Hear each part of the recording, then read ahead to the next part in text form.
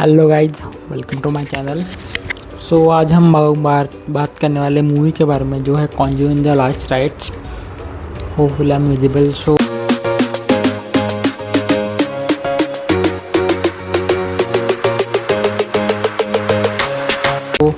ये मूवी मैंने आज देखी है थिएटर्स में। तो ये कॉन्ज्यूरिंग सीरीज़ का पार्ट है। ये कॉन्ज्यूरिंग सीरीज़ की लास्ट मूवी है। जो कॉन्ज्यूरिंग जो सीरीज़ के था जो वो 2013 में आई थी मेरे ख्याल से। तब उसकी हाइप बहुत ज़्यादा थी इंडिया में मतलब उसको बहुत ही खतरनाक वो माना जाता था। तब ऐसी बात है, अगर आपने कॉन्ज्यूरिंग देख ली तो वो आपने कॉन्ज्यूरिंग देख ली, वो बड़ी बात मानी जाती थी। पर जैसे कॉन्ज्यूरिंग 2 भी अच्छी थी, पर जैसे जैसे वो सेम चीज़ आगे आती गई वैसे वैसे उसकी क्वालिटी थोड़ी ड्रॉप होती गई। जो डरावनापन था वो थोड़ा सा ड्रॉप होता गया ईयर बाय ईयर। उसके बाद एनाबेल आई, द नन 2 आई, एनाबेल क्रिएशन थी, एनाबेल्स की भी 2-3 पार्ट है। तो उन सब सीरीज़ में ये लास्ट फिल्म है, तो इसके लिए मैं एक्साइटेड था। पर इसकी क्वालिटी मेरे को पता है डाउन होती जा रही थी, तो वो एक डर था मेरे मन में। अगर इस फिल्म से इसके बारे में बात की जाए, इस फिल्म के इंडिया में अगर बात की जाए, मुझे वर्ल्ड वाइड का तो मालूम नहीं, अगर इंडिया में बात की जाए तो इंडिया में इस फिल्म की तो काफ़ी हाइप है। यहाँ पे इंडिया में बड़ी फिल्म रिलीज हुई है। बागी 4 रिलीज हुई है, जिन 13 करोड़ कमा। बंगाल फाइल्स रिलीज हुई है, उसने भी कुछ 4-5 करोड़ कमाए मेरे ख्याल से। और यहाँ पे ये मूवी है जिसने 16 करोड़ कमाया। 16 करोड़ हिंदी में। हिंदी मूवी भी आजकल 16 करोड़ को ओपनिंग नहीं ले रही है, तो इसकी हाइप है इंडिया में। और इंडिया में ये मूवी अच्छी चलेगी ऐसा लग रहा है मेरे को, क्योंकि हिंदी मूवीज़ क्या, अगर आप हिंदी मूवी इतना कमा नहीं रही है। अगर आप इंग्लिश मूवीज़ की बात की जाए तो ना ही सुपरमैन, ना ही फैंटास्टिक फोर, ना ही किसी बड़ी फिल्म ने इतनी बड़ी ओपनिंग ली है। तो इस मूवी की हाइप है। आज पर मार्वल मूवी से भी ज़्यादा कमा रही है, मतलब इस मूवी की ज़रूर हाइप है इंडिया में। तो अगर इस मूवी का स्टैंडर्ड देखा जाए तो ये मूवी मेरे को ठीक ठाक से बिलो एवरेज ही लगी।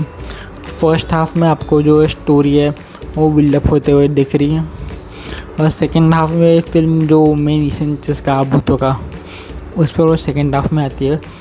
अगर फर्स्ट हाफ की बात की जाए तो फिर इसमें लैरन और एड की जो मेन जो स्टोरी है, उनकी बेटी की स्टोरी दिखाई है। मुझे याद नहीं उनकी बेटी इससे पहले किसी फिल्म में दिखाई गई है, नहीं दिखाई गई है। तो ये उस बेटी की स्टोरी है, वो किस तरह से बॉन्ड में, उनकी बैक स्टोरी है। उसके बाद एक फैमिली है जो उनके बेटी से जुड़ी है, उनकी बैक स्टोरी दिखाई गई। जिस तरह से वो फैमिली एग्जॉर्सिज्म में है उसकी स्टोरी दिखाएगा, और सेकंड हाफ में उनको कनेक्ट किया गया है। तो इस पर नहीं चाहूँगा, पर जो मूवी का जो मेन इसेंस है वो तो मज़ा है वो सेकंड हाफ में आता है। और मेरा सेकंड हाफ की जो एंडिंग है वो भी मेरे ख्याल से इम्पैक्टफुल हो सकती थी, और कुछ खतरनाक दिखा सकते थे। जो सीन्स है वो काफ़ी सेकेंड हाफ में मोस्ट ऑफ द भूतों के सीन जो सेकेंड हाफ में। तो मेरे ख्याल से ये मूवी एडल्ट मूवी है, पर आप इतना डरोगे नहीं, आप आराम से मूवी को देख सकते हो। कुछ ज़्यादा डरावनी इससे डरना था ऐसे मुझे ही नहीं, कुछ ज़्यादा डर लगा नहीं मेरे को। उस एस्पेक्ट में ये मूवी बहुत थोड़ी सी फ्लैट गिर गई। जितना डरना चाहिए था ऐसे लगा नहीं मेरे को। लगा लास्ट पार्ट है एडन और एड की जो आखिरी केस है वो दिखाई है, मेरे को लगा कुछ दमदार केस होगी।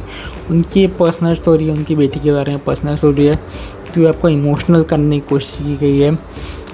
तो वो बात मेरे को अच्छी लगी। स्टोरी आपको इमोशनल करने की कोशिश की है, सिर्फ डराने के नहीं।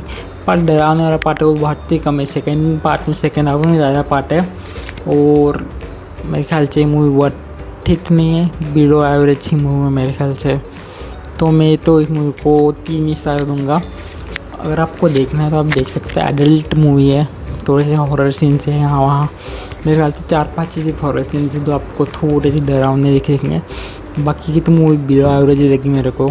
तो ऐसा मैं तो इस मूवी से थोड़ा सा डिसअपॉइंटेड हूँ, पर ठीक है चलता है। अभी हॉरर मतलब मेरे को अभी हॉरर मूवीज़ का इंडिया में तो मेरे ख्याल से ट्रेंड आ गया है। पर इंडिया की जो मैं बात करूँ तो इंडिया में जो हॉरर मूवीज़ है वो मोस्ट ऑफ द आजकल CGI के थ्रू बनाई जाती है। CGI के थ्रू आपको मौका दिया जाता है। मेरे को मतलब वो मेरे को इतना कन्विंसिंग नहीं लगता।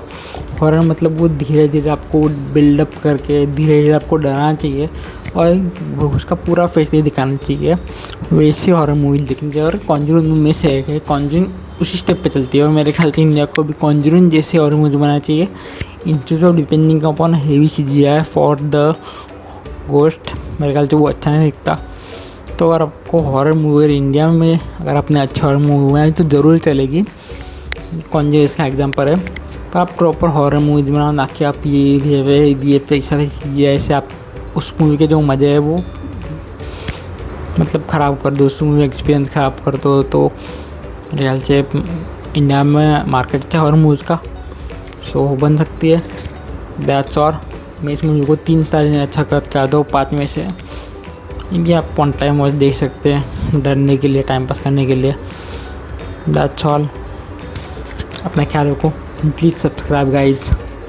मोस्ट ऑफ द व्यूअर्स ने सब्सक्राइब नहीं किया तो please subscribe. Thank you for watching my video. Good bye, see you, Tata.